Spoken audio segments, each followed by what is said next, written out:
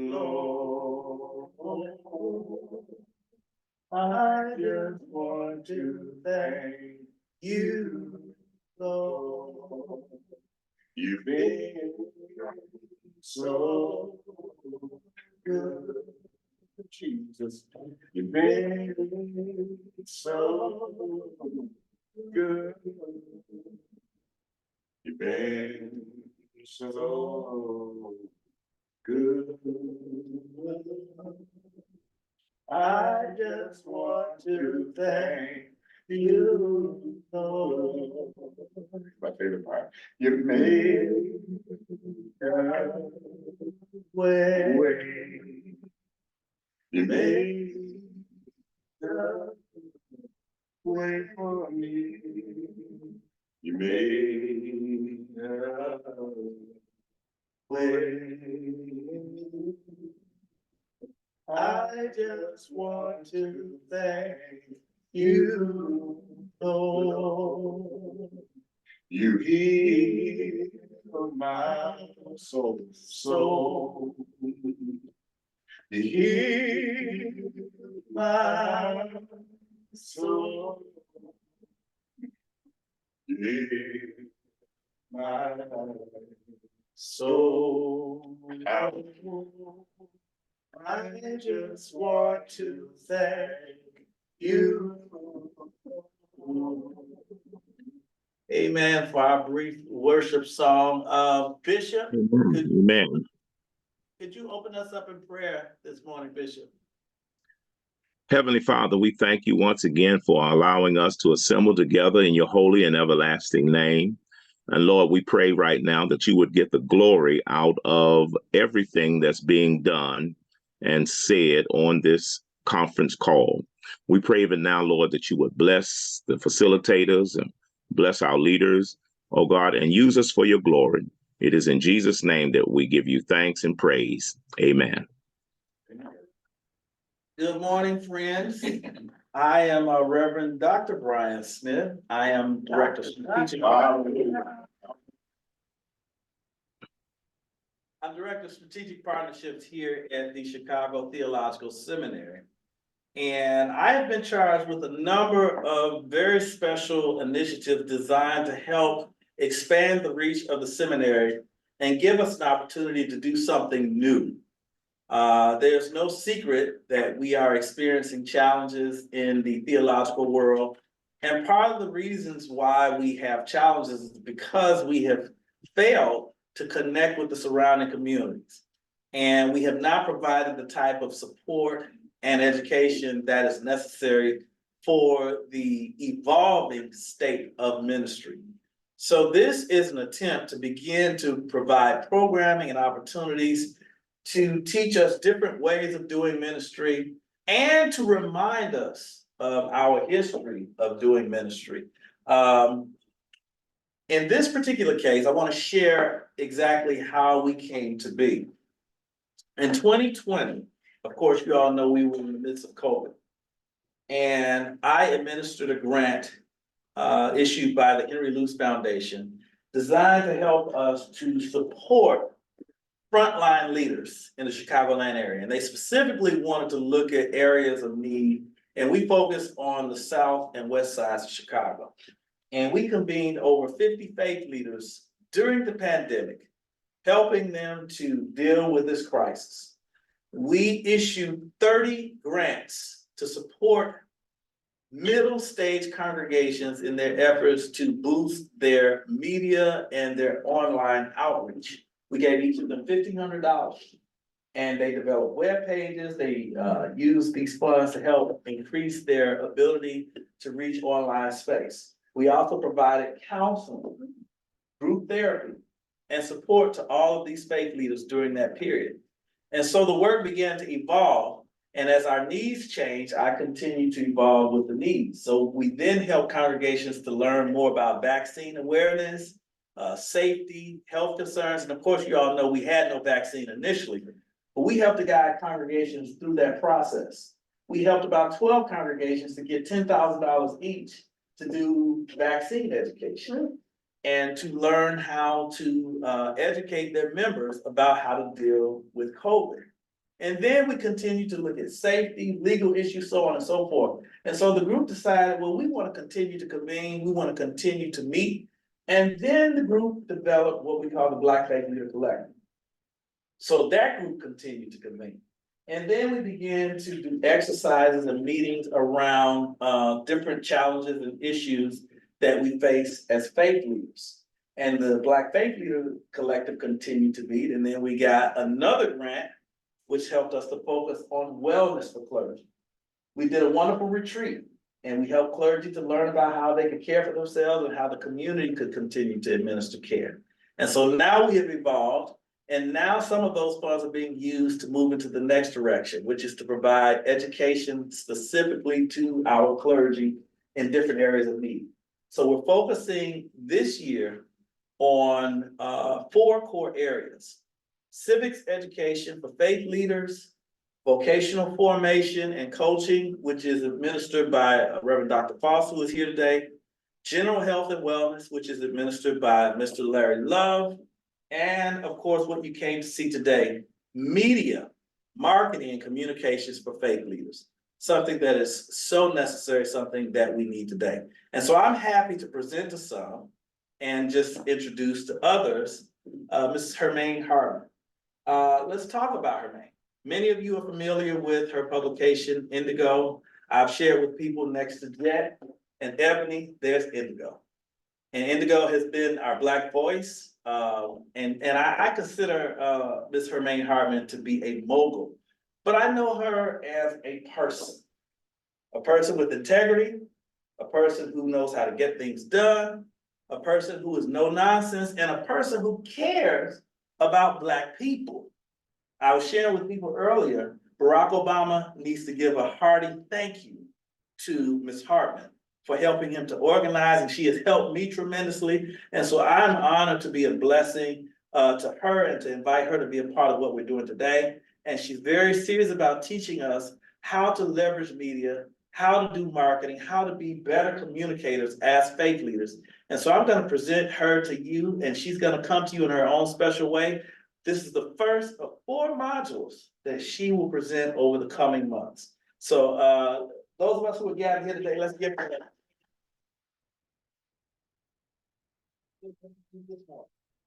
Good morning, and thank you, the newly convocated Dr. Smith. Okay, so my name's Hermine Hartman, and I'm a media person, right? Let me tell you a little bit about me and how we get here. In a former life, I was a professor of sociology and psychology and human behavior at City Colleges of Chicago. I started as an intern in school and rose to the very top of the organization to become vice chancellor of external affairs, which included communication and communicating with politicians so that we could be funded. There were 8 colleges. I had 8 colleges under. And I realized as I was trying to attract students that we were doing everything wrong. And our enrollment was not growing, it was decreasing. And I came as a media person. I've worked with Reverend Jackson throughout the years, always in communications, fundraising, and media. And I began to do campaigns. I called it educational media. It was brand new. Nobody had done the communication of education like I was doing. I won all kinds of awards nationally, internationally. But what happened is our enrollment grew by 25%. Here's the big thing that I did. I came out of the Tribune with a full-page ad and went into all the local newspapers with a full-page ad. That's what I did. I went on radio, I went on bus and trains saying, go to this college, go to this college. It was simple campaign media, that's all it was. So I went from being an idiot and a young kid who didn't know what they were doing, and in about 30 days, I was a genius. An idiot That's not the way you do it. Let me try it. Genius. Okay. So, I was also at CBS. I was a producer at CBS. At one time, I was the only Black female producer in the city. I worked with a guy named Warner Saunders. And again, I was put in the idiot to genius mode. So my first job, I didn't know what to do or how to do, but I had the job. And the nice little white man told me, you got the job, so you better do it. I did, and in about 3 months, we had our first Emmy Award. Now, during COVID, you might remember, Mayor Lori Lightfoot shut down the churches. And ministers were very angry and upset with her.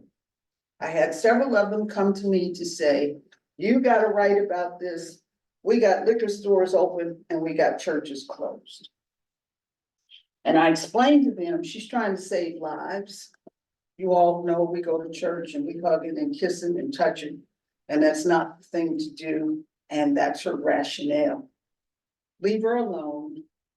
And why she got the liquor stores open? I said, well, some people got to cope, and y'all better let them have that liquor so that they can cope.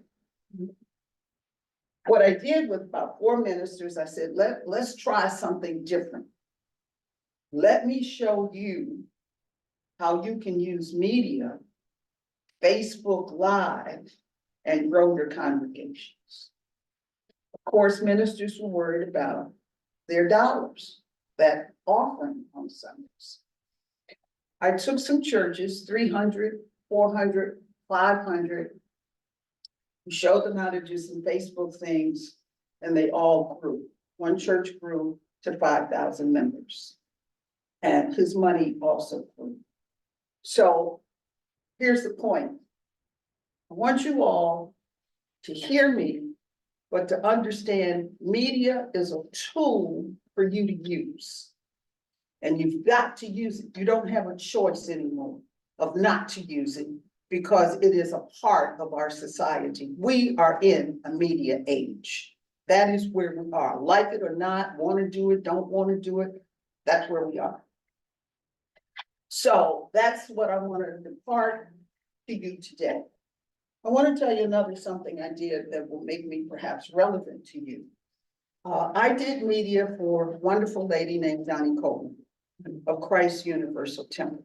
My dear friend, Linda Oglesby, who's a minister at CUT, is here with us today, and I thank you so much for joining us.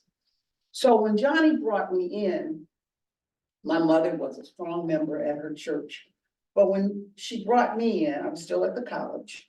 She said, Hermine, I gotta open up this church, and it's got to be huge. It can't be little, it can't be community. I gotta open this church up to the world. And I need you to help me. So I said, okay, I will help you, but I don't want anybody in your church to help me. Leave me alone and let me do what I do, because then nobody gonna understand what I'm doing. Well, we opened up to about 6,000 people on that day. We messed up traffic. We messed up everything because nobody believed that it was going to be so monumental. And it was a big, big day.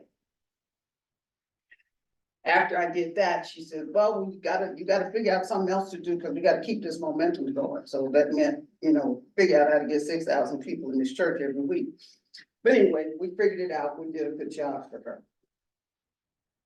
So today, we're going to talk about media, and this is an introduction into marketing and communications. So the first thing I want to tell you is, how did this thing media come about in the first place? It came about through newspapers. That was the first media America had. And media, newspapers particularly, maybe grown into media as we know it today, is as much a part of our democracy as anything, because it is the communicator. So the history of American newspaper goes back to the early 18th century, where the first colonial newspapers were published. Now, in the beginning, newspapers were sidelined for printers. We had printers, but we didn't have this thing called newspapers. And newspapers became a political force and played a role in campaigning for American independence. Keep in mind, this is a time when the independence is not internal, it's external from Britain to here. First Amendment, United States Constitution guarantees freedom of the press. Freedom of the press. And whenever, to this very day, people go up against that ruling, they usually lose.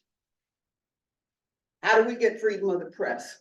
There was a Postal Service Act in 1792 that began to provide subsidies for the delivery of newspapers. Newspapers were delivered free. They were free, all right, because it was the public good.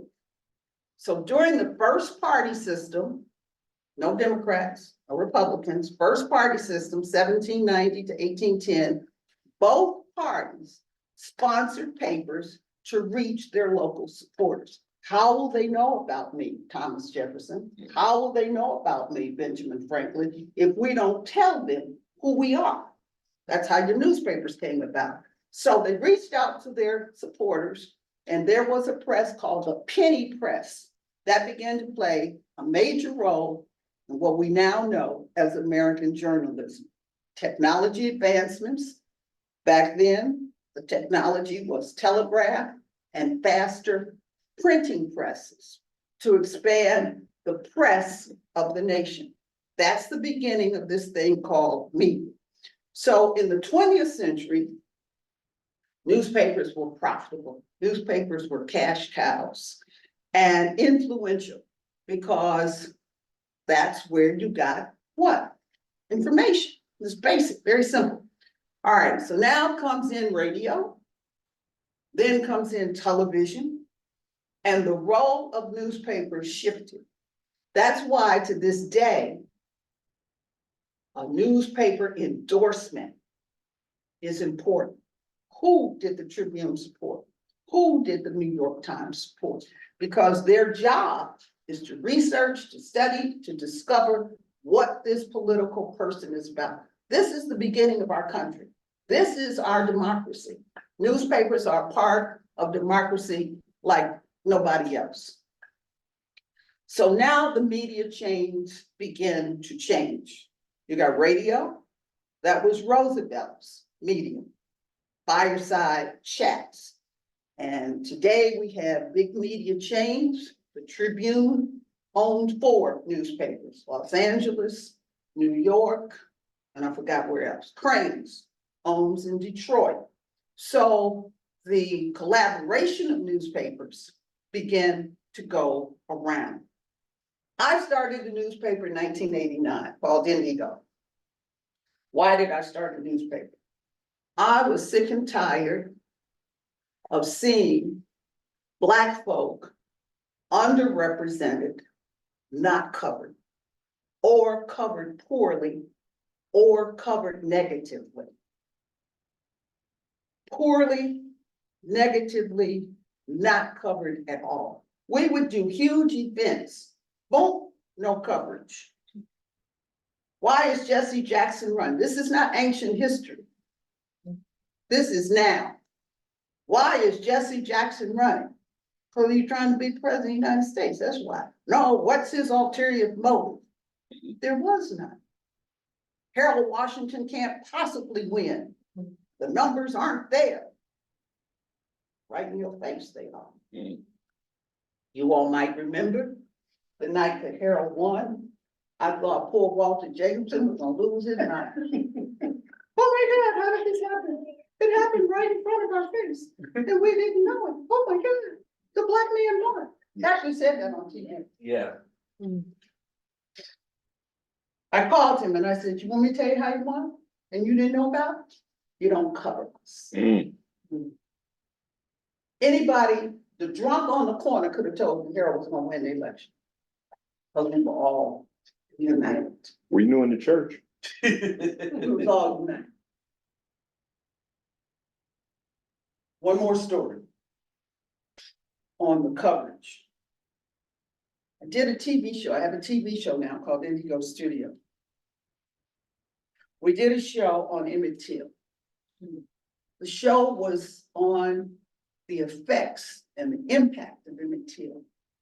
What happened to men who were boys, the same age of Emmett Till, when he got killed?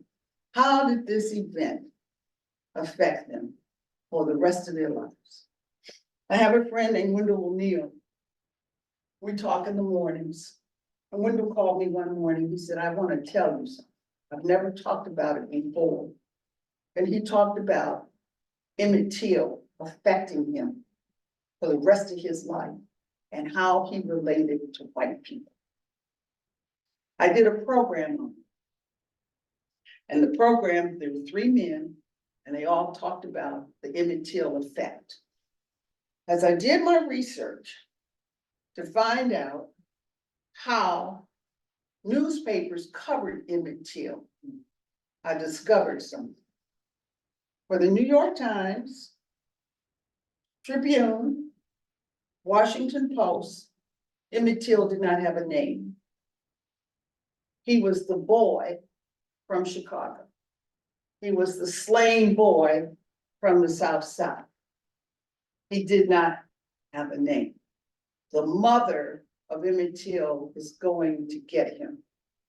He had no name. It was the defender who gave him a name. It was Jet who showed a picture of him to the world. The newspapers were given the picture, but they would not show it because they said it would be offensive to their readers. Emmett Till had no name. You still see this on TV. When they cover a white person who got killed, he has a name, he has a community, he has a preacher, he has a teacher, he has a parent, he has a friend, he has a brother, he has a sister. When Black boys get killed, they come from Inglewood and they were 15 years old, period. The point is the racism is still amongst us. The coverage is still biased. That's biased coverage, any way you look at it. I'm gonna start a campaign in a minute, y'all. Go ahead, go ahead. Give me the next slide. So how did these newspapers become so popular? How did they become so political? There was a candidate named James Madison. And he was watching how the Post, keyword Post, could support a candidate by informing the electorate. Now, in those days, they weren't running on personalities or hairstyles or suits. They ran on something called platforms. I support this. I support that. So what Mr. Smart Madison did, he devised a Robin Hood scheme whereby the postage for letters sent mostly by businessmen and lawyers, legal documents, and he substituted the delivery of what he called uncensored newspapers. Newspapers were free. They were free. They went through the postal service. They were mailed for free, part of your government for free. Still to this day, publishers get a special rate, third-class mail. You might not get it for a while, but we go through the system. In those days, it was quick. And what he started doing was dropping the newspapers off at the pub, at the church, at the schools. That's how he built the electorate. So we're talking about political culture that made up what we know today to be a communications superpower. with remarkable speed. We talking about the Pony Express days, y'all. That's remarkable speed. We ain't talking about the internet. Let me have the next slide. James Madison did that. So in society, we have 5 socializers, 5 recognized socializers that make us up, make us human beings, make us have standards, make us have who we are, make us have philosophies. Those 5 things are family, education, religion, economics, and government. Family, education, religion, economics, government. Those are the socializers that make us who we are. The French girl at 15 is very different than the American girl at 15. Why? The African 15 is very different. The rich 15 is very different than the poor 15. So these are the factors that make us up. I tell you that I want you all to understand who you are, because I don't think you all always understand who you are. What do I mean by that? You, the religious leaders, you are amongst the most powerful people in the whole wide world. I don't care if you got 10 people in your church or 10,000. Why? 2 reasons. One, you help people get through their life cycles. You Christian babies, marriages, might recognize graduates, divorces, and death. That's what you do. That's your job. Help us get through it. Help us recognize it, celebrate it, but get through it. Second reason you are so powerful is one of the most powerful things you can do is believe in something. People will go to the end of the earth for what they believe in. Third reason you Black ministers are so powerful is you are the biggest business in the Black community. It ain't Walmart. Dr. King financed the whole movement, not one grant, no Walmart, Sears Roebuck, Budweiser sponsorship. He passed the hat in the church. That's who you are. That's your role. That's what you do. It's a very different call when the minister says, hey, y'all, we got a problem. Let's come to church and talk about it. Let's organize. That's a different call than a politician. First place I went to was my newspaper. In my drop-off fashion, like the original politicians did, was where? Church. I went to the church. Indigo was in churches. How this happened? You had 1,000 people in church, you had 1,000 newspapers. The biggest thing I could do was to tell the deacon, let them ushers pass out my paper. I lasted about 3 months. And then the minister, Johnny Coleman, said, Hermine, all the gloves are now black. We gotta find another one. Clay Evans called me and said, very loud, y'all cannot read this paper in church. Put that paper down. We will not get that paper until after church. Frazier had another approach. Frazier said, Hermine, we got a problem over here. I need you to write about it. I wrote about it. Brazier would incorporate into his service. Okay, you all can now go to page 3 in Indigo and read about this problem we got. And this is what we're going to do. The church. Everybody told me I was insane. I was crazy. Sometimes Tribune called me down and said, what are you doing? You cannot do this. This is not the way we distribute papers. And I said, Mr. White people, you all are very correct. That's not the way you distribute newspapers. This is the way I will communicate with my paper. I wasn't distributing a paper. I was communicating.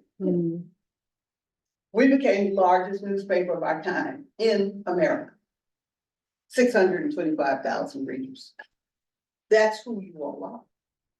You can do that with anything. Y'all can put anybody in office you want to. Y'all can also take out anybody that you want to, based on what you say in that pulpit. Let's go to the next slide. So now, here we are today.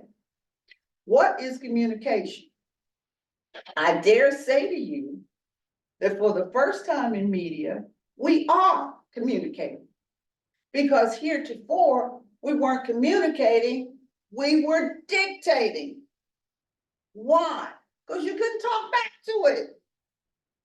You have all seen headlines on the Tribune, blah, blah, blah. So-and-so stole the money. So-and-so killed the child. So-and-so did so-and-so. And then you find the retraction is less than 500 words on the back page to say, oh, it was a mistaken identity. But the crime and the power is done. One of the biggest mistakes Tribune ever made is they said Dewey won the election. That's historic. You all, any media class you take, they will use that. They made their move too soon. All the votes had not been counted. Truman won.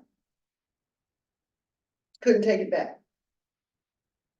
Trump says, y'all cheated. We go through a whole process to prove that we didn't. So what is communication? At the very core of it, it is connection, it is conversation, and it's two-way. It ain't a one-way street. You are not communicating if you can't get by back. You are dictating. When you're in that pulpit, can't nobody say, wait a minute, minister, hold it, that point don't make sense to me. Oh, I disagree. You can't do that because you're not communicating. You're dictating a point of view, a sermon. So now, for the first time, we have communication. So what is communication? The simplest form of communication is how you look. You communicate based on how you look, what you wear. I had a young lady, I have a little program where I'm teaching kids media, teaching them photography and camera work, lights and all that, TV kind of stuff. I had a young lady, she's brilliant. And she has a project and she's in charge of the project. She's the boss. And she said, Ms. Herman, I got a problem. I said, what's your problem? She said, these men, they're just not listening to me. They don't hear what I got to say. And I'm telling them right, everything they're doing is wrong. And what do I do? Her dress was up to here. She couldn't sit down and be comfortable. And I said, why don't you change your dress? Put on a long dress or put on some slacks and some pearls and have a meeting. Really? So she did it. And she came back and she said, Miss Harden, do you know what happened? I said, yeah, they listened to you. The way you was dressed, ain't nobody listening to you. You don't look like you should be listened to. You look like you're going to the party. How you look is important. Don't get up in the pulpit with no gym shoes on. Power dressing. It matters. Your clothes, they communicate who you are. Be conscious of your appearance because it is your power. You're going on a job interview, don't wear the little short dress. Don't wear that. Wear a long one. Basic personal communication. Next slide. So where are we today? Today, you got, for the first time, you got communication. With the advent of social media, we're now in a communication age. For the first time, you can communicate. You can talk back. and forth with the apps all over the world. Media today is a socializer. If you don't believe it, watch what these kids look at you. These kids looking at what's these little games they play? What's the name of the game? Grand Theft Auto, Huh? Grand Theft Auto or something. Yeah, they looking at grand theft. They're looking at how to shoot somebody. You get 100 points if I shoot you in the head, and you get Yeah. 10 points if I shoot you in the arm. Yeah. And if you shoot me in the foot, you got 5 points. You are teaching these kids something with that foolishness. And you say, why are the kids so violent? Because they've been taught how to be violent. Yes. That's why. It's a socializer. It is a socializer. Now, at the same time, it can be used for bad. It can also be used for good. It's what value do you put in it? What is the end result of it? I got a little kid in our family, he's 6 years old. And he's being raised by grandparents and aunties and cousins, everybody older than him. And he got it all kind of ways coming at him.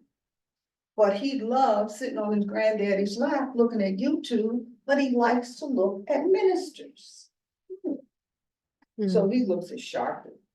He looks at Jesse. He looks at Andy Young. He looks at King. Kid is great. But here's what I take away from him. He says when he gets dressed to go to school, Mommy, I really don't want to wear them jeans. I need on a suit. Mhm. Got him already. Socializing and teaching with these tools.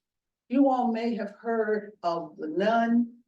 I believe she's in England and she's on TikTok. You all know who I'm talking about? She teaches you how to pray. She says, sit down and be still and pray. This is how you pray. She's got millions watching her, and she does it every other day. Now, this is important because you have to build up your media, but here's what I want to depart to you. You are no longer the minister in the small church. You are no longer the minister in Woodlawn. You are no longer the minister in Oak Park. You are talking to a universe. You are talking to the world. Your reach is much broader than you know because you don't know who's looking at you. You're talking to college kids. You're talking to old people who can't get out. You're talking to that activist. You're talking to, I'm going to the store on Sunday. You're talking to a universe. You all have to remember that. That's a very important takeaway for you for today. Let's go to the next slide. So, this is why it's so important. In 2023, an estimate of 4.9 billion people use social media across the world. You don't use social media only in China, only in Nigeria, only in America. You use it around the world. The number of social media users worldwide has swelled to a record 4.9 billion people globally. What's more, this number is expected to grow to 5.85 billion users by 2027. These aren't users tied to a single platform. The average user now spreads their digital footprint across a staggering 6 to 7 platforms every month, highlighting the need for multiple platforms approach to social media marketing. Now, what's that say? You can't just use Facebook. You can't just use one. You've got to integrate all of them to your comfort level. So we're looking at 2 billion monthly active users on Instagram. It's the fourth most popular social network by number of users. In front of Facebook with 303 billion. YouTube, 22.49 billion. What app reaches 2 billion users? So one, you have to use it, two, you have to connect it. That's your new way of getting your message out in your church and beyond. That's your task. That's what you gotta do. If you ain't got a Facebook page, you ain't in the world. You ain't got, my mother lived to be 101 years old. And she would see me on this little phone, and I'm doing real business and real talking. She just sit there and look at you. I go in my study, doing stuff on the computer. She said that was the little TV. And I asked her one year, I said, what do you really want for Christmas? What would you like? And her answer was, I would like a Princess phone. I was like, Mama, they don't make no Princess phones. No, well, why you want a Princess phone? She said, because I understand it. I can use it. Tried to show her some things on what she called a little TV, and she said, I don't look at that. You gotta realize, what's my point? There's a generational difference in these things. These kids, this is second nature to them. This is breathing to them. Older people have to learn how to use it. I'm sure you all have experienced that in your ramps. Let's go to the next slide. Okay, who uses these platforms? So Facebook is still the #1 dominant platform. All right, and it is mostly used by women. Women are the main users of all of these platforms.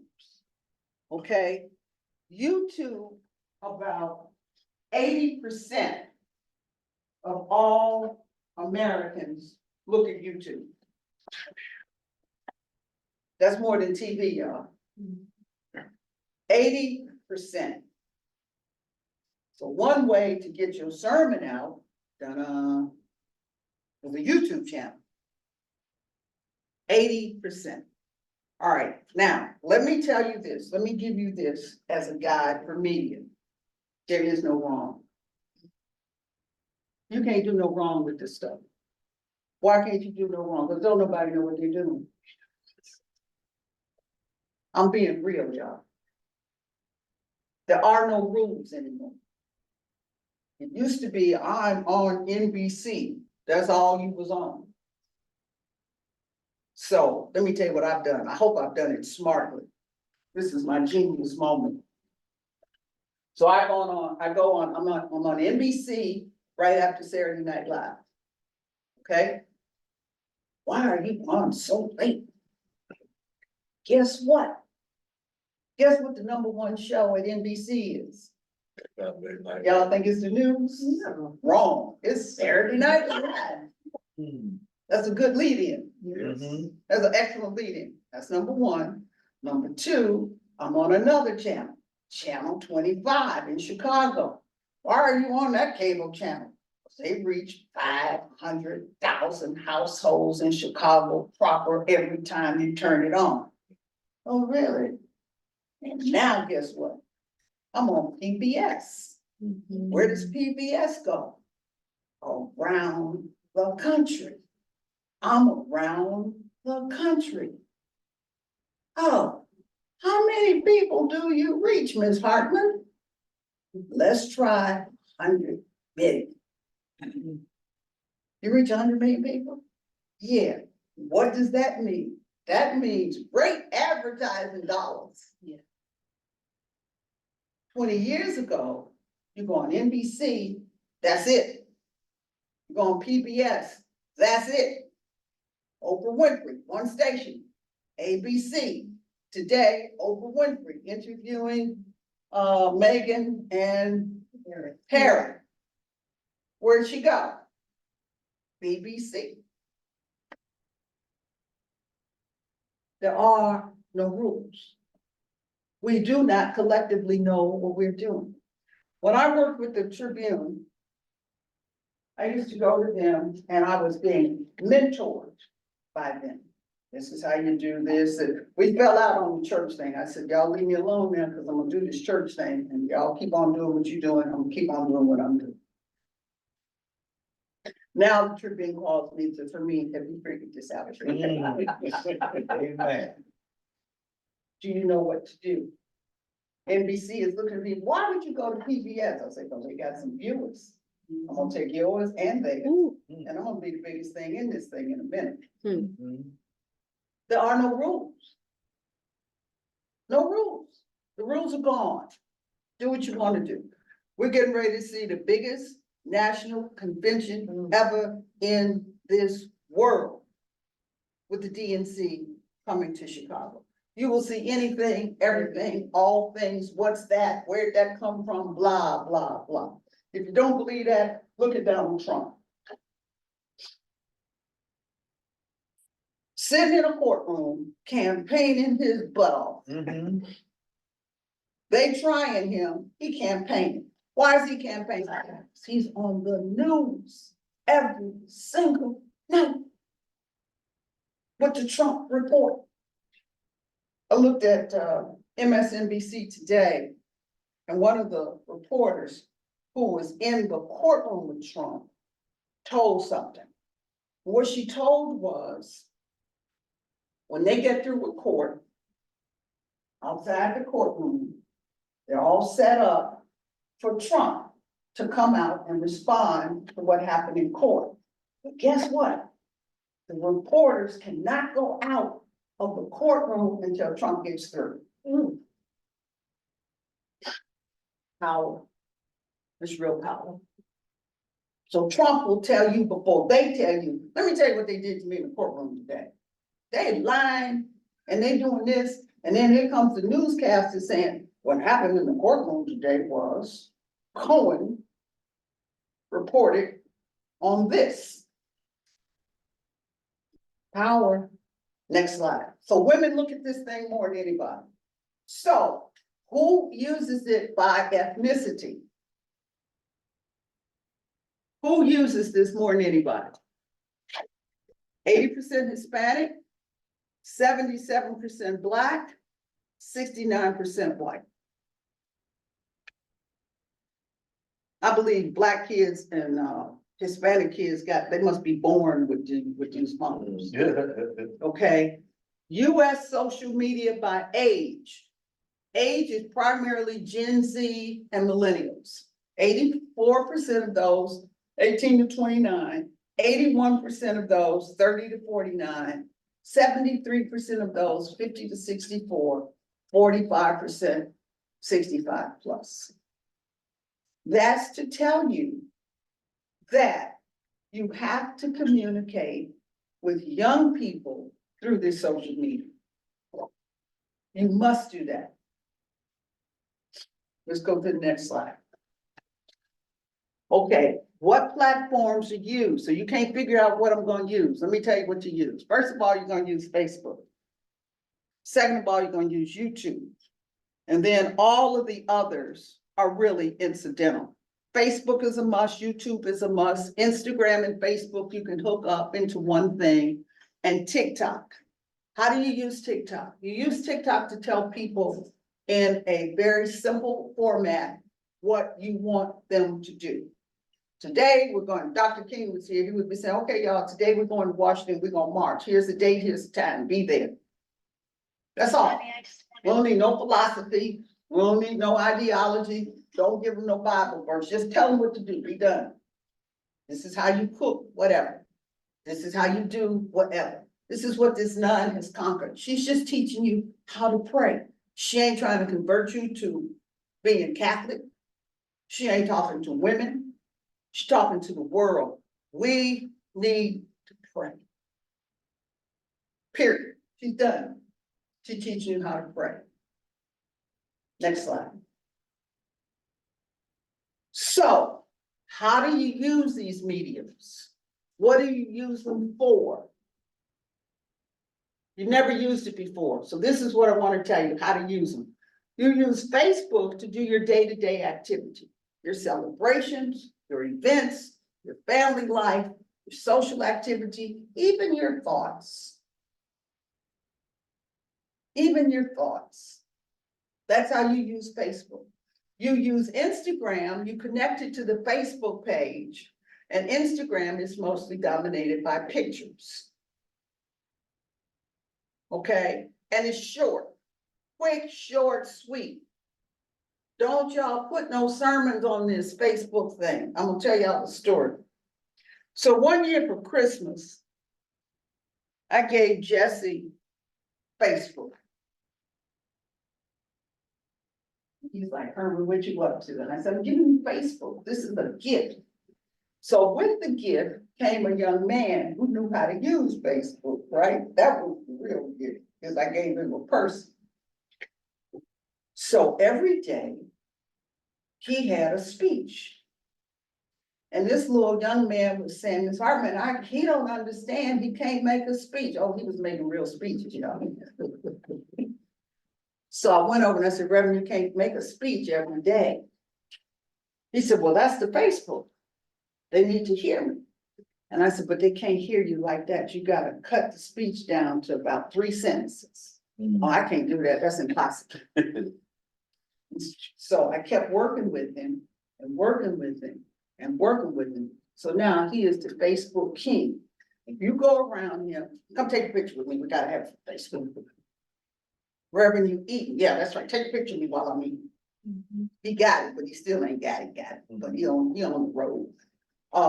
But you want to use Facebook to do your day-to-day. Now, be careful with it. Use it, but be careful with it.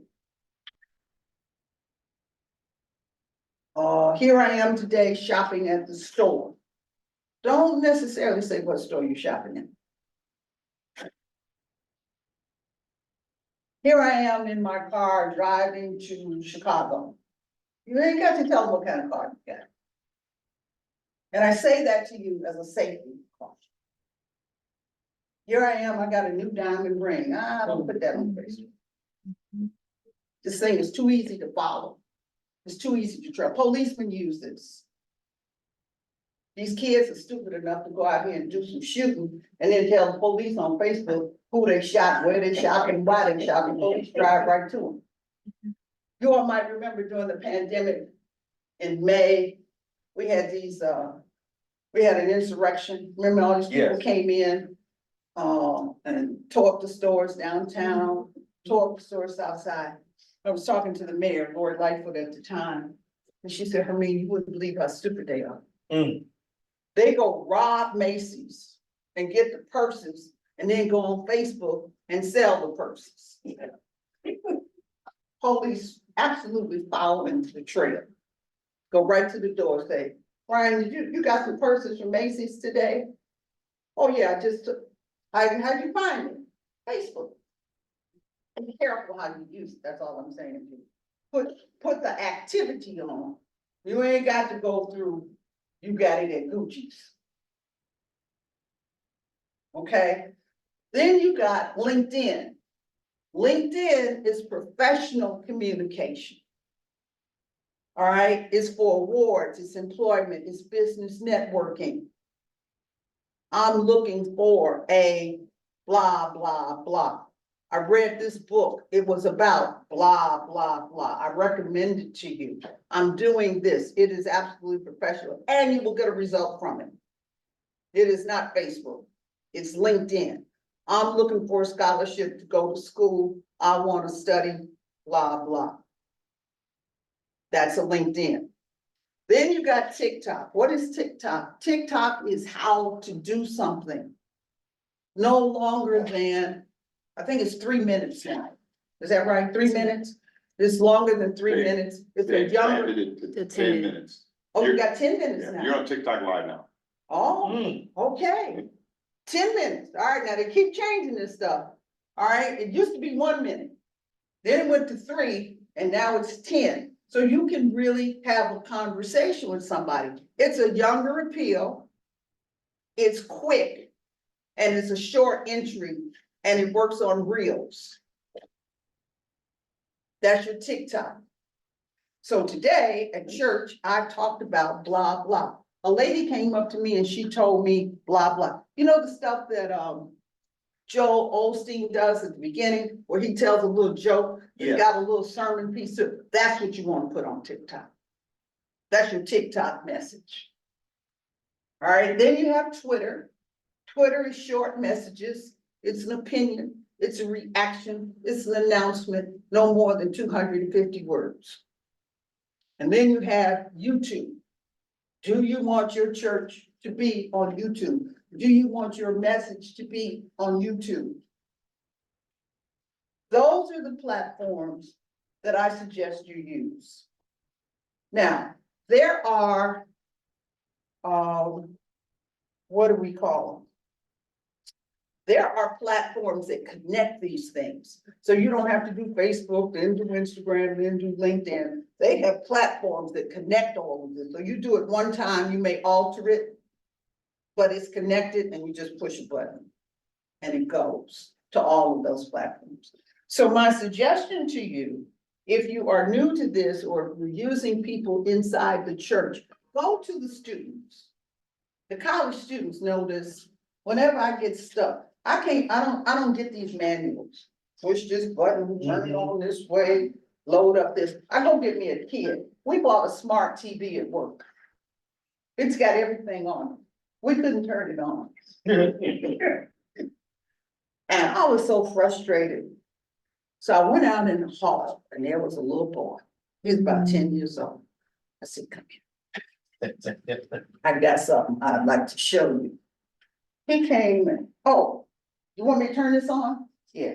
And what challenge you want? Boom, boom, boom, boom. In about 15 minutes, we were set. I said, show me which button to push. Yes, yes. Show me the button. Push this one down. And I said, I'm gonna give you some money. Here's $10. He said, I don't want no money. That was fun. I think they got other people in here. I said, I'm sure they got other people in here. I don't know where they're at. They got some more people. Get the young people and let them do that. Now, one thing about Facebook, you might want 2 Facebook pages. One for your church and one for you. They don't have to be one and the same. They can be, but you might want to make them different. The church activity is one activity that you probably want to kick out and push to the public. Y'all come. But your personal activity might be a whole different story. You might not want y'all to come. So think about it, think it out, think it through. And the young people in your church, they can help you with this. Next slide. Okay, we're coming towards the end. We got news and we got marketing. And I'm here to tell you, we got more marketing on news than we got news. Yes. Yeah. So, there's Drew in the red devil outfit that he performed, and that made the news. There's 2 of the rappers, I'm sorry, I don't know their names. Drake and Kendrick Lamar. Tell them who they are, Lamar and who? Kendrick Lamar and Drake. Okay, so here's the new style in, hip hop. So you rap, and then I rap on your rap. Okay, so they got into a fight on the rap. You said my mama was this, and I said your wife was this, and I said, that's news, y'all. Yes. Okay, McDonald's got a new sandwich. That's news. I suggest to you, it's not. It's marketing. It's not news. Trump is not a politician. He's a marketer. Yes. Biden is a politician. He's not a marketer.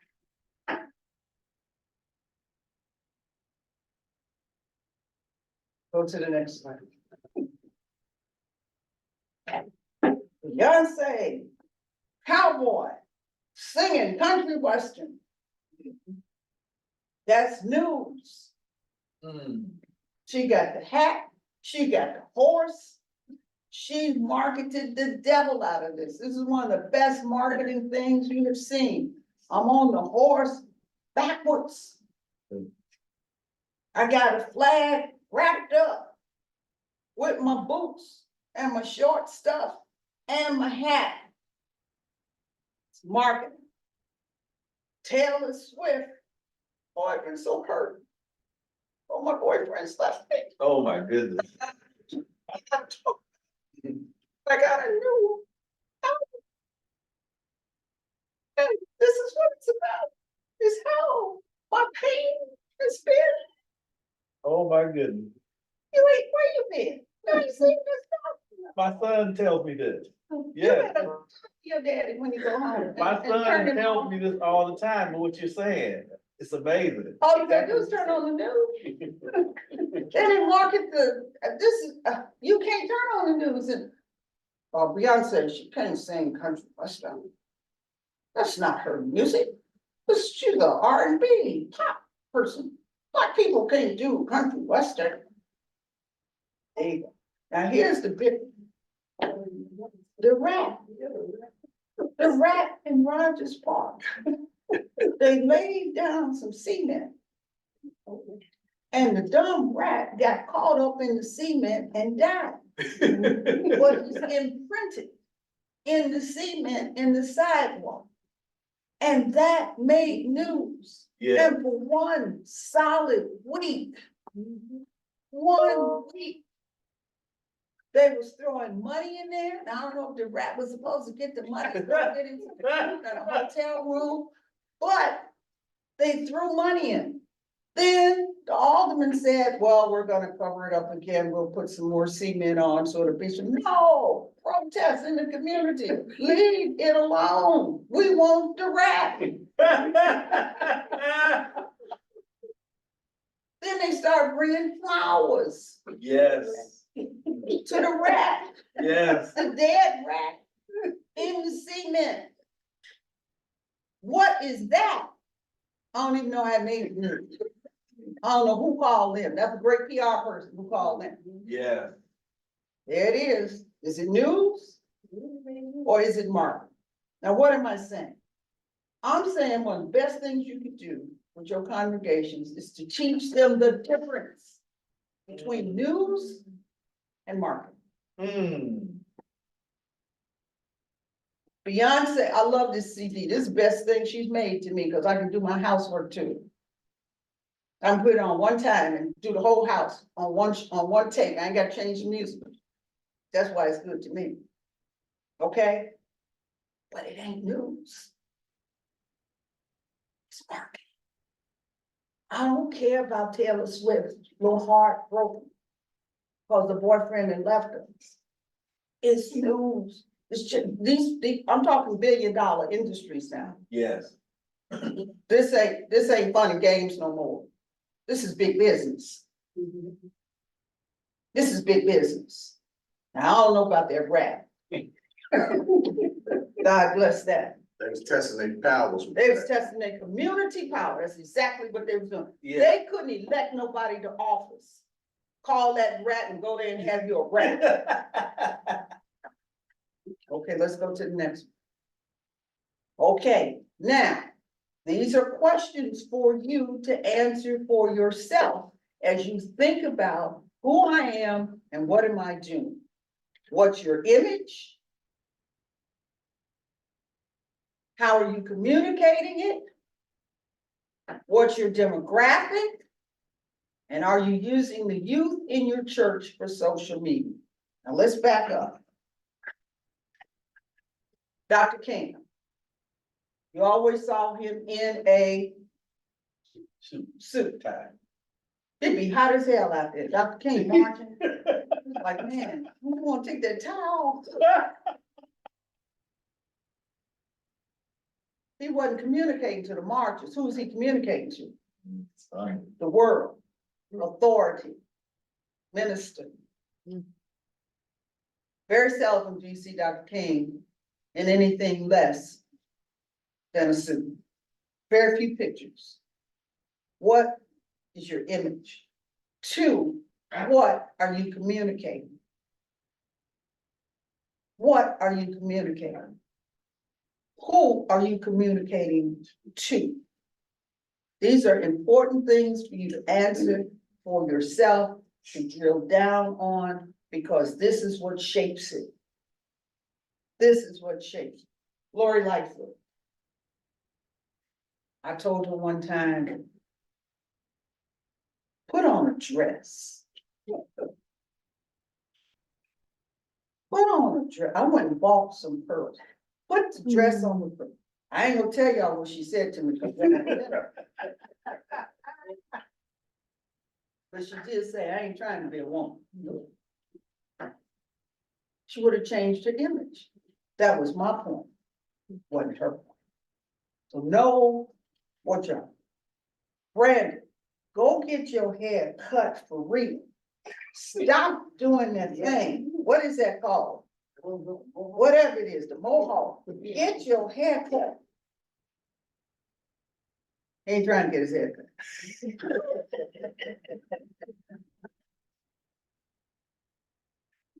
It took us forever to get Jesse in a suit.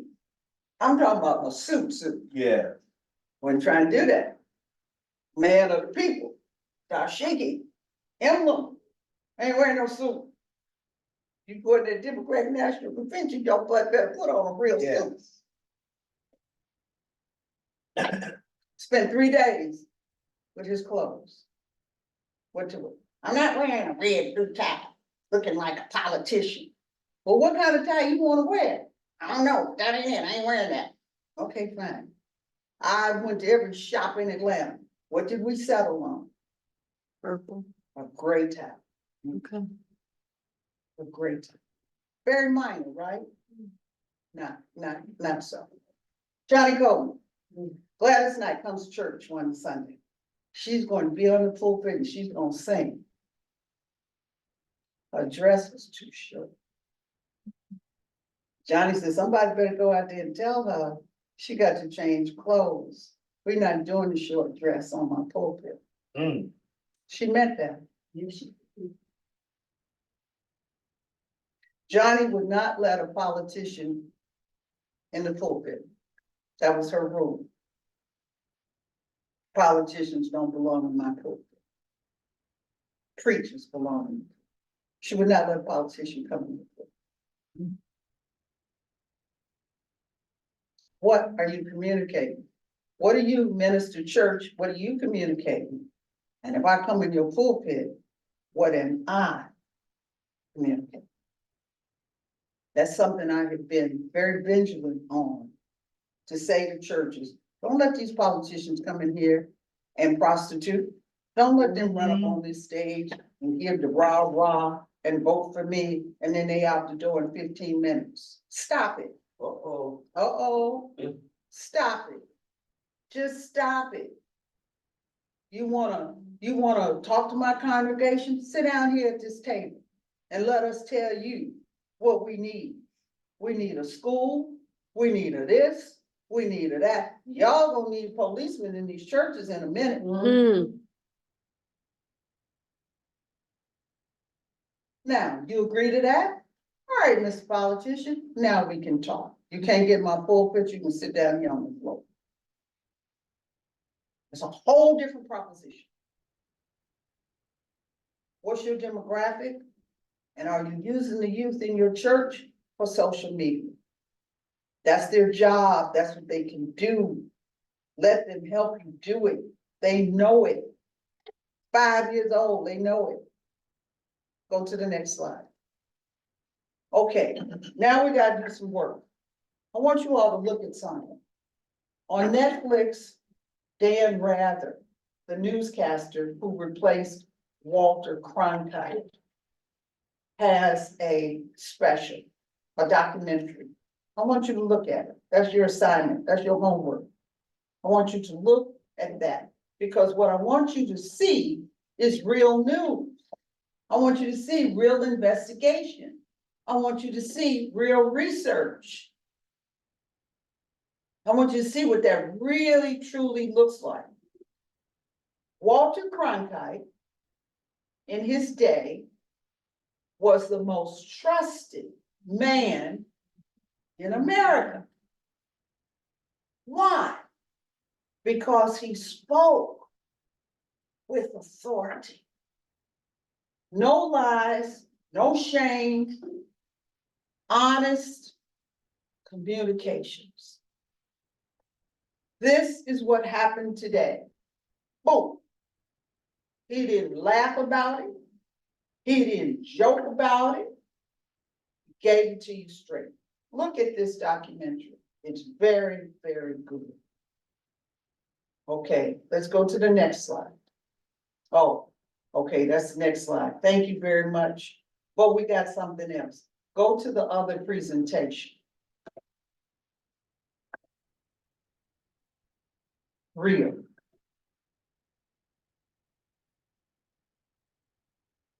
Real examples. Okay, now here's some real examples from the news.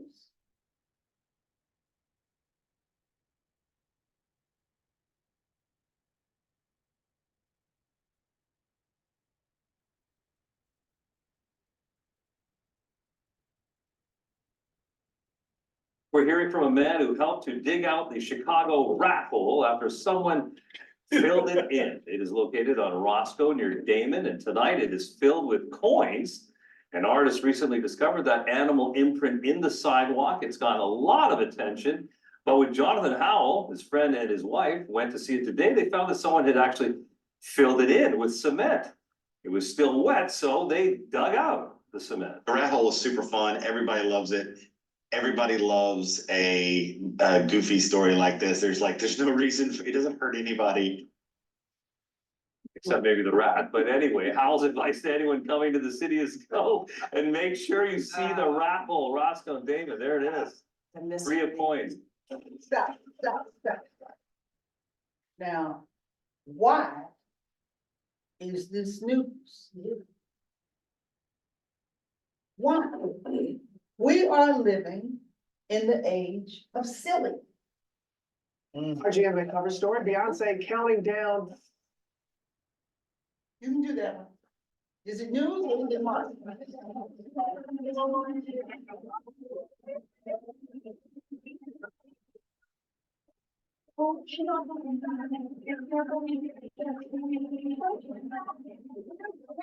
RGM cover.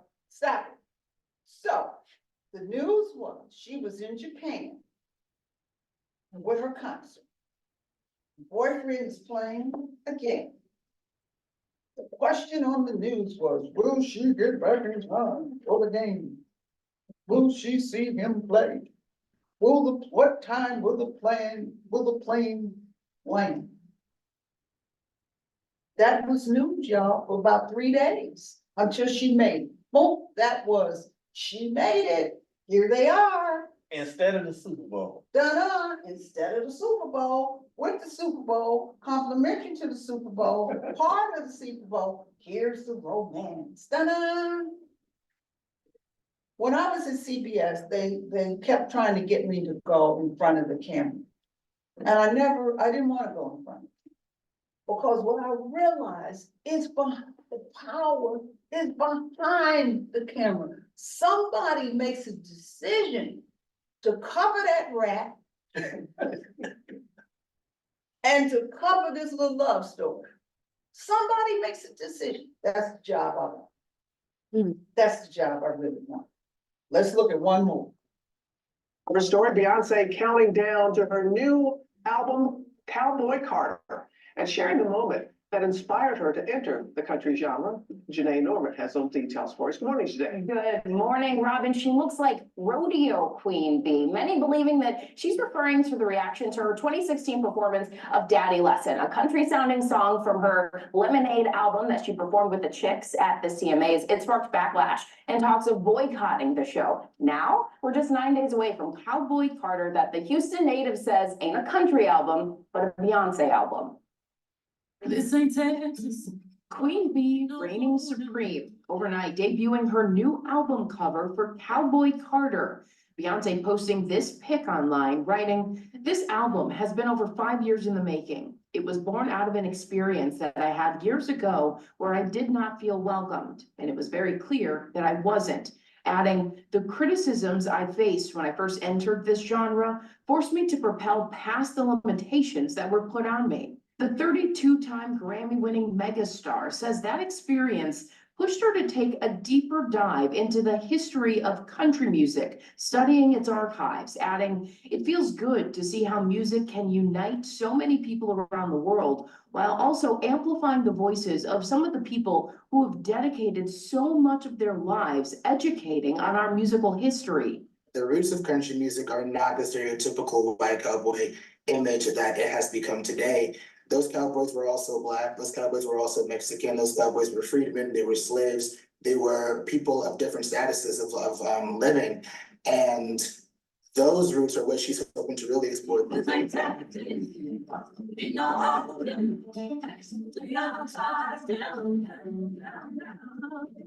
Cowboy Carter hasn't even dropped yet, but 2 singles, Texas Hold'em and 16 Carriages, are already heating up the country charts, making her the first Black woman to reach #1. Beyonce writing, "Act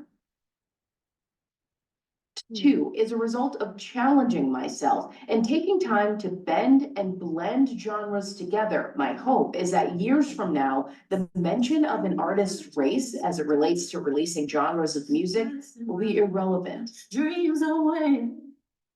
So there was even a country station that initially wouldn't play her new songs. I just spent time in Houston at the Houston Rodeo and in Nashville, talking to artists like Bun B and Rhiannon Giddens, who plays the banjo on Texas Hold'em, about what they say is gatekeeping in country music. And they say that Beyonce is now joining the efforts to break down those barriers that so many other artists have been working on for decades. Yeah, there have been many that have gone before her in breaking down those barriers. Absolutely right.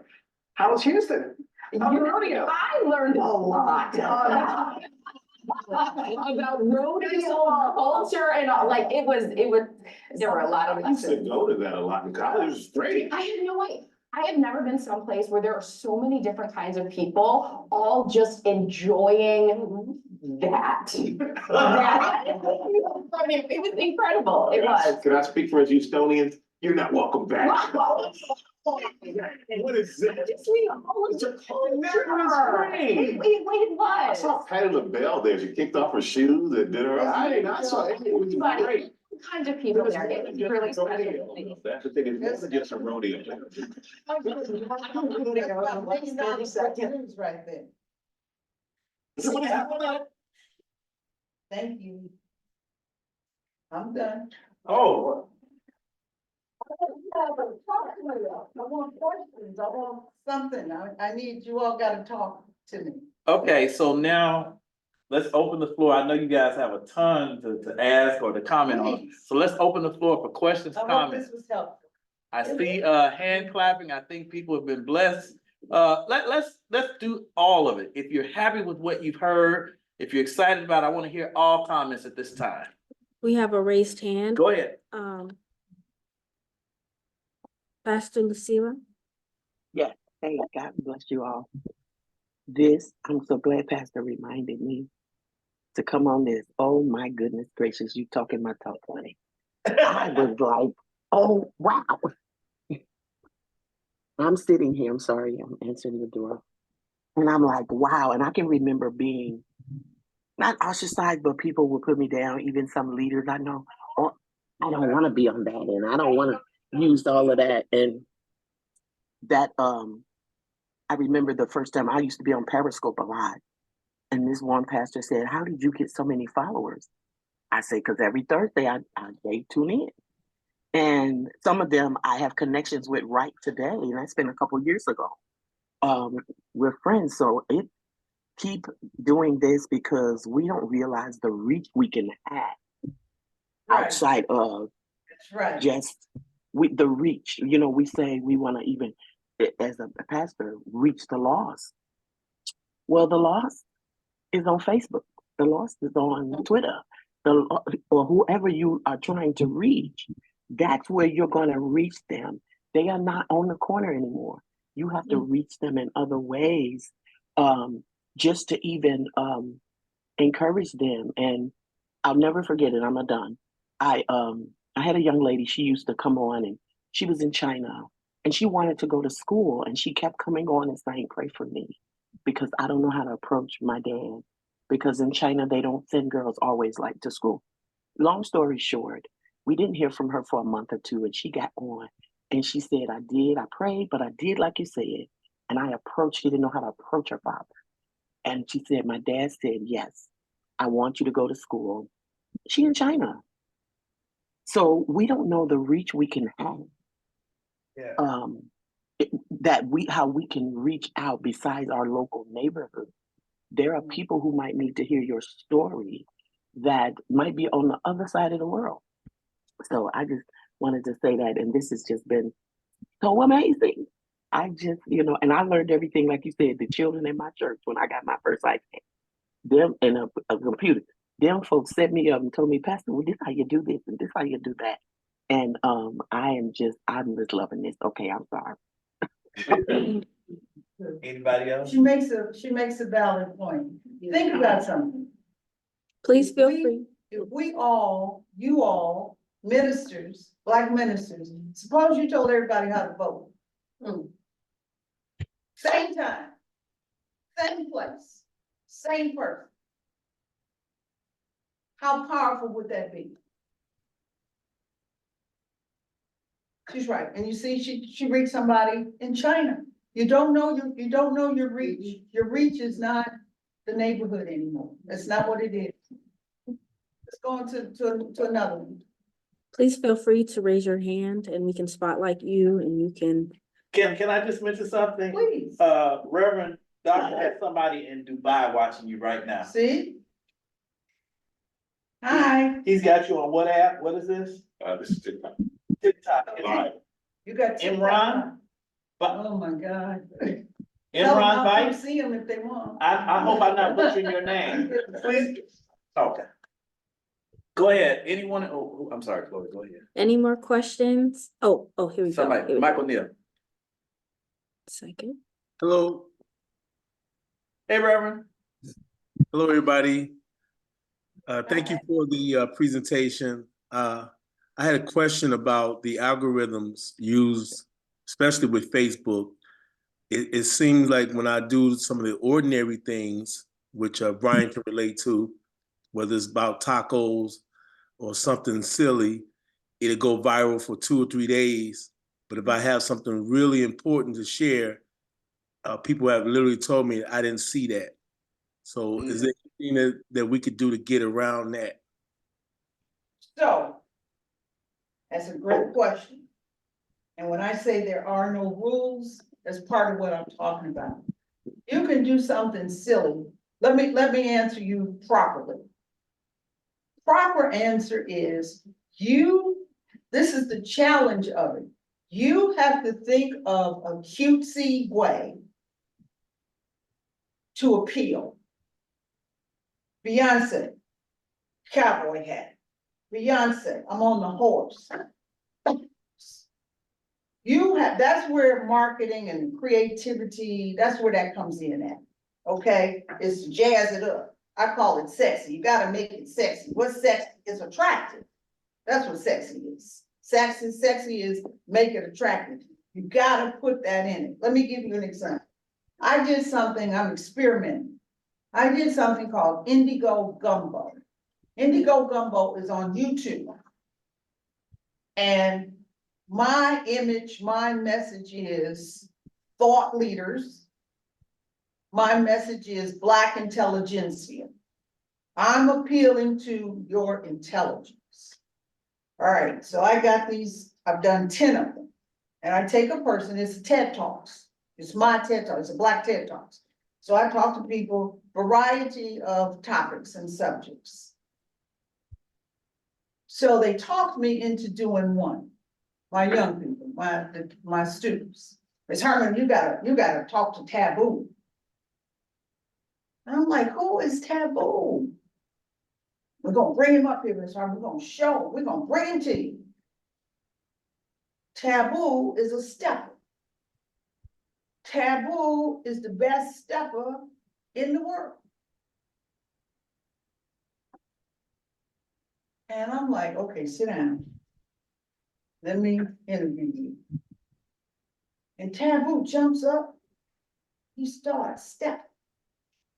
I have a British young lady. She's Nigerian, raised in Britain, going to school in Chicago. And she says, Ms. Hartman, I went to a party the other evening and we were just talking. And then the music started and they played blah, blah, and everybody jumped up and began to do the dance. But I didn't know how. Lord have mercy. Okay. I need to learn how to step. Taboo says, I'm the man to teach you how to step.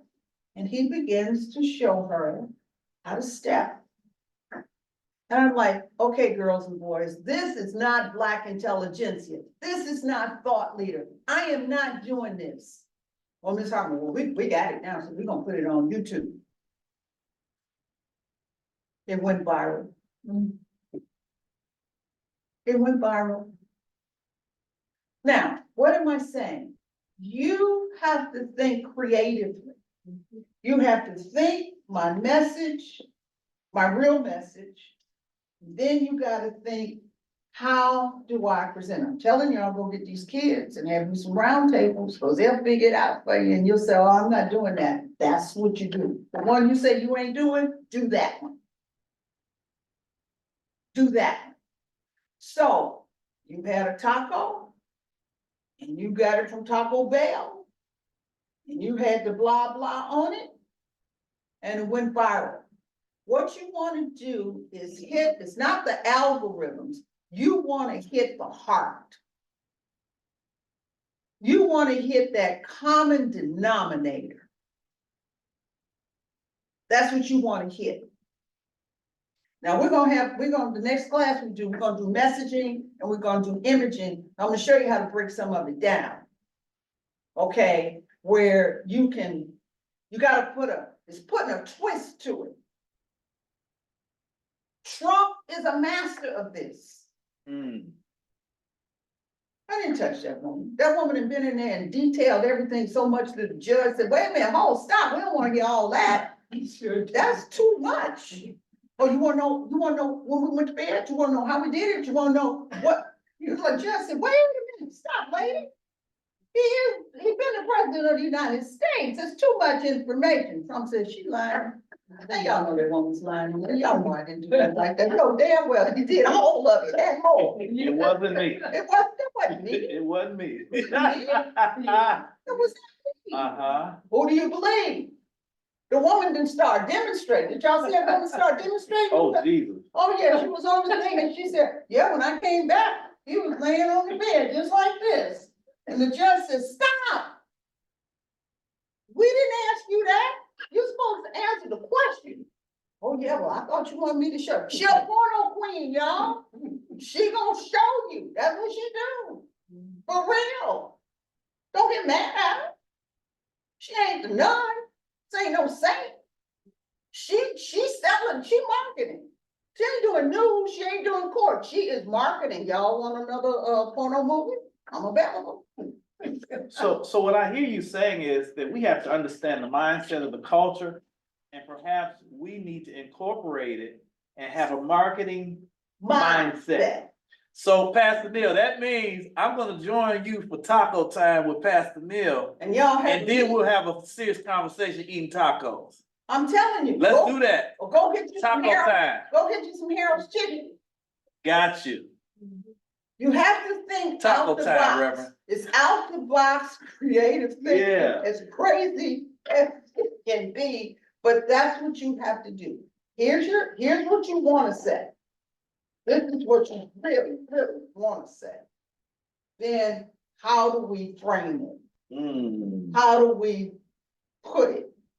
Now, the news story, a long news story is a minute and a half. A minute and a half is a long news story. When I started newspapers, and I worked with both the Sun-Times and the Tribune, both of them called me in and said, "You messing up. What am I doing wrong now?" They said, "You're writing too high." That's my preachers. Talking too much Bible. I've had people say there's too much Bible. Writing too high. And I Yeah. was like, "Well, what does that mean?" So you're writing at a 10th grade level. They have tools that can take your stuff and dissect it and tell you what level you're on. So I was writing at 10th grade level. So I said, "Well, I've been a college professor, so I mean, thank you very much that I'm writing at 10th grade level." They said, "Change it." Change it to what? Gotta write at a 6th grade level. 6th grade is the media age. You want your stuff to be at a 6th grade level for it to be mass acceptable. Wow. Reality, that's the stats. Break it down, break it down, break it down, break it down. I hope I answered, that's the honest answer. Anybody else? Any other questions? So what you could do, here's a cutesy thing you could do. You could go to Taco Bell. You could go to Harold's Chicken. You could go to McDonald's. You could go to Burger King. What got him viral? It was the food. So let's go to the fast food places and give a message. How about that? The food is the gimmick. Might work. Let's see. Yeah, well, I told Pastor Neil, I'm waiting for my invitation to taco time, Pastor Neil. You got it. Pastor Taco. Pastor Taco, that's what you Taco did. Neil. Reverend Taco. Yeah, and they'll tune in. I never saw this I before. never thought about it. Yeah. All right. You ready, brother? Hmm? No, And go ahead. no, I'm sorry. I'm just telling you to get ready. You got some eating coming up. Tacos, pizza. I want to kind of talk about what you said about getting young people involved. I want to point out 2 young people. For those who are watching, I have my daughter here who has been running the whole session. Yes. You all know that Marie. Spotlight yourself for a second, Chloe. I want them to see you. You all know that Marie. I'm talking. So are you spot? I'm on there. Oh, okay. Oh, there you are. Okay. So you all know that Marie is transitioning at the end of the month. So Chloe is going to come in and be our facilitator. She's done a marvelous job, you all, and I rely on her for our congregation, and she has done exceptional today. She's worked so well with her man, and she's put all this together. So you all give her a hand. I want to point out Nia Martin, who is another young lady who I helped to raise. She's another daughter of mine, and she's a journalism graduate. Good. And I need to connect the 2 of you, but she has been on the session today. Okay. And we have some young people here Good. that can help enlighten us. So Nia, I just want you to know I'm acknowledging you, and we're excited to have you here. But I hope you guys have been blessed by the presentation. Anybody in the room, do you all have any comments or reactions or questions? Please. I do. Go ahead. How you doing, everybody? I appreciate, that presentation. Good. Thank you. I'm Jeremy Lewis, video production specialist here, the video editor as Okay. well. I did have a question regarding, online, like advertisement as a content creator. I'm not a minister, but my ministry is in video. Mhm. So far as like how do you feel about like paying for advertisement via, social media and things like I that? live with advertising. That's my money, so I feel real good. Now, I don't know if I'm answering your question. I just, What is a your? lot of the stuff you were saying was, actually like, reassurance and, you answered a lot of questions in your presentation. And I just want to thank you for that. So far as advertisement, I just wanted to know, was it valuable to do that? And I think you answered that question. Oh, That's yes, great. definitely. Because here's your difference. In advertising, you say what you want. My message is purely buy my new sandwich at McDonald's. I ain't got to dress it up, I ain't got to fix it up, I'm just going straight to my, whatever my point is. So we are going to do artificial intelligence in here. I'm gonna teach you all artificial intelligence, teach you how to use it. So let me give you some far-fetched stuff. Artificial intelligence, you can do a look, you can create a person, and you can create a voice, right? Suppose y'all gave Jesus a voice. What might Jesus sound like?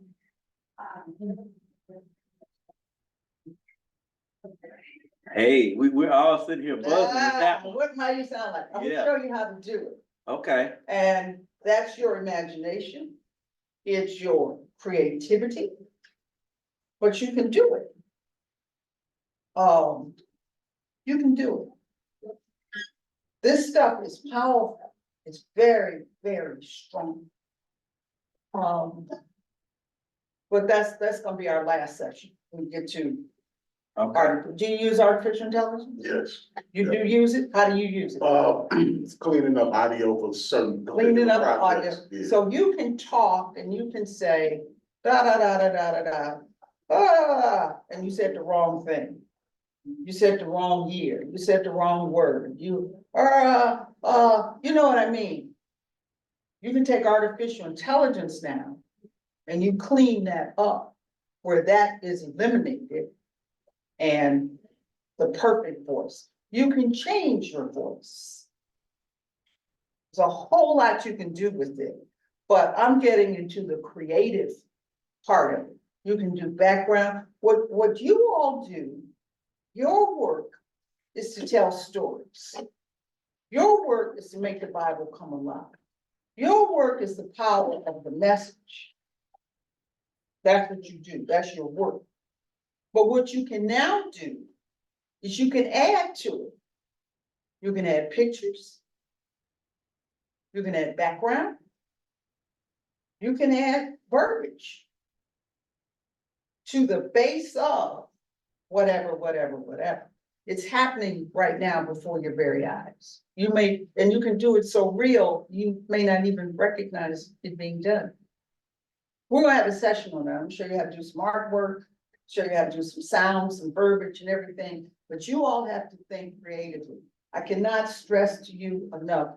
Go get the young people in your church, sit them down with you and discuss techniques, methodology, how to, what to. And you'll be amazed at what you come up with. And the very thing you say no to, do that one. That's the one that's probably go for.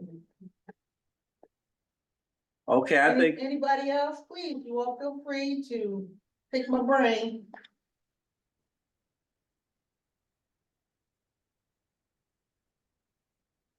The other thing. I think, oh, Michael Bill was clap. clapping. We got somebody?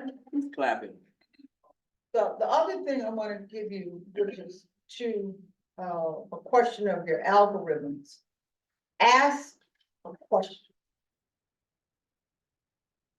Ask your audience a question. Who would Jesus vote for today? That's a good question. Ask a question. And you will get feedback.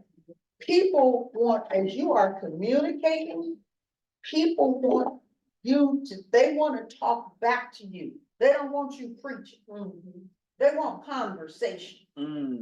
I think this, you think that, what about this, what about that? Let me tell you what my little girl did. Let me tell you what my son did. They want that. They want dialogue. Ask the question.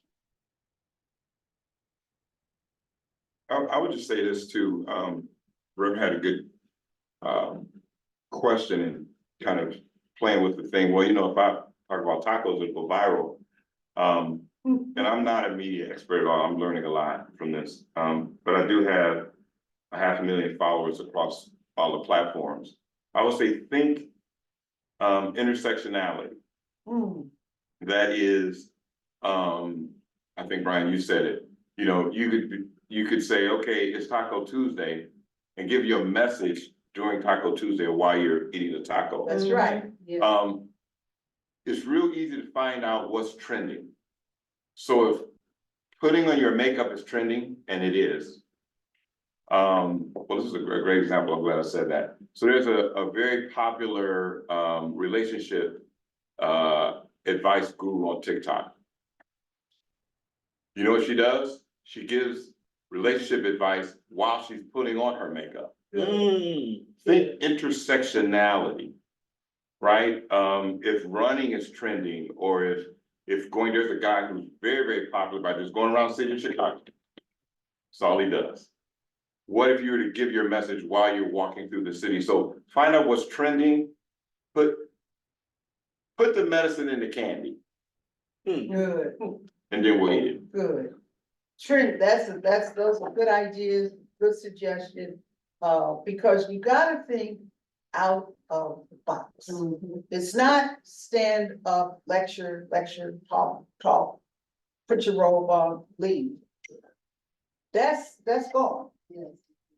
You gotta do something far more creative than that to communicate. Keep in mind what I said, there's a difference between communicating and dictating. You want to communicate, not dictate. I'm gonna give you two more examples. The students that I'm working with, this is the way I say it. They know how to use the camera, they know how to use the microphone, but they don't know what to shoot. They don't have a clue as to what to shoot. Should I shoot this or should I shoot that? So that's part of what I'm doing, is trying to get their mental stuff together. And they have to create their own programs as part of the job. Y'all have to create whatever you're gonna create, and then, you know, we evaluate, talk, and discuss. So they came up with this thing, crazy as can be. And they did all of this themselves. We have a young woman she's a cooler bear. She got a uniform. And they costumed her. And she's going on the street. And she's talking to you. What do you think? What do you want to do? What do you like? So the first stop was at Kenwood High School. So they were going to the high school, talk to the high school. There was a little boy with his grandfather. And they were walking, and the little boy started jumping up and down, and he saw the cooler. They, "Oh, Daddy, I want to go see that, blah, blah, blah." So part of the thing was they gave candy to whoever, you know, they talked to. That was your prize, since you got a little bag of candy. And the little boy talked to the cooler bear. Then they gave the little boy the candy. And the granddaddy was so happy because the little boy don't talk. And the grandfather said, "I don't know who y'all are, I don't know where y'all come from, I don't know nothing. But I thank God I ran into him today. Because that little boy started talking." You're out the box. You're out the box. You're out the box. And I'm gonna tell you another little story. This one scares me. One of my students. She has prompted herself to be a relationship advisor. She got as much business advising somebody on relationship as I got going to the moon. But anyway, that's her program. I never heard this. So the relationship advisor has a question. She puts her question. This is something you all can do now, technique wise. Put the questions on Facebook. And then you shoot the question to whomever. So she gets her questions from the Facebook page. So the question is, I'm in a relationship, it's the best relationship I've ever had. These are young people. And I'm so happy, I don't know what to do, blah, blah. Question is, my boyfriend is coming out of jail next week. And I don't know what to do when I see him. Did y'all get that? Yeah. So I said, wait a minute, what relationship? You don't have no relationship. I thought he was in jail. She said, yeah. I said, well, she ain't had no best relationship and he in jail because they ain't got no interaction. He sends her money. Oh. He pays her rent. He buys her shoes. So I said, well, how is he in jail doing all that? Okay, there's a little underground, y'all. Underground. The girl is scared. Like our relationship is 2-3 years old. But she's scared to come in contact face to face with him. Cause then she don't know what to do. These are your kids. This is your. So I said, okay, wait a minute, stop the cameras, everything stop, because I gotta get a handle on this one. Yeah. First of all, darling, there is no relationship. Oh, yes, it is, Ms. Hartman. So you, college student, young girl, going to school, you charge the prisoner $200 an hour to communicate with him. Well, how you get paid? Oh, Ms. Hartman, you just do a Zelle. Or what's the other one, the PayPal? PayPal, you just PayPal it. What? I'm still trying to get over that. They doing it. This is happening.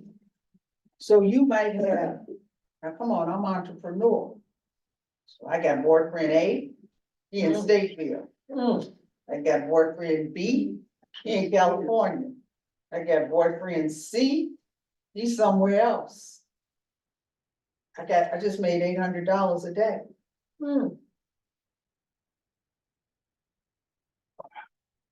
Y'all better talk to these kids. Wow. Have you ever heard this? No, ma'am. I'm telling y'all, this is the real world. Yeah. It's scary. It's real. She told me, she said, Ms. Hartman, I don't make my money here. I said, yeah, I know you don't make no money here. Now, if you got something like that going on. You got that right. I was appalled.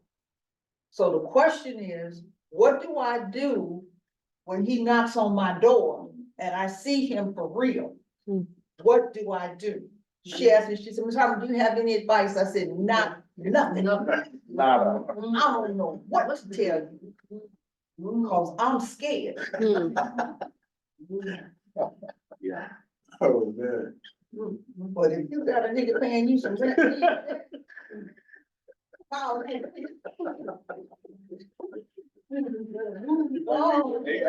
have mercy. Y'all need to get. Yeah, exactly. You understand what we think. Yeah, but that is something, and I encourage you all, if you have topics like this, things that you want to discuss, things that you are encountering, I think we have an experimental space where we can begin to test out these ideas. But thank you all. Want to give you some housekeeping.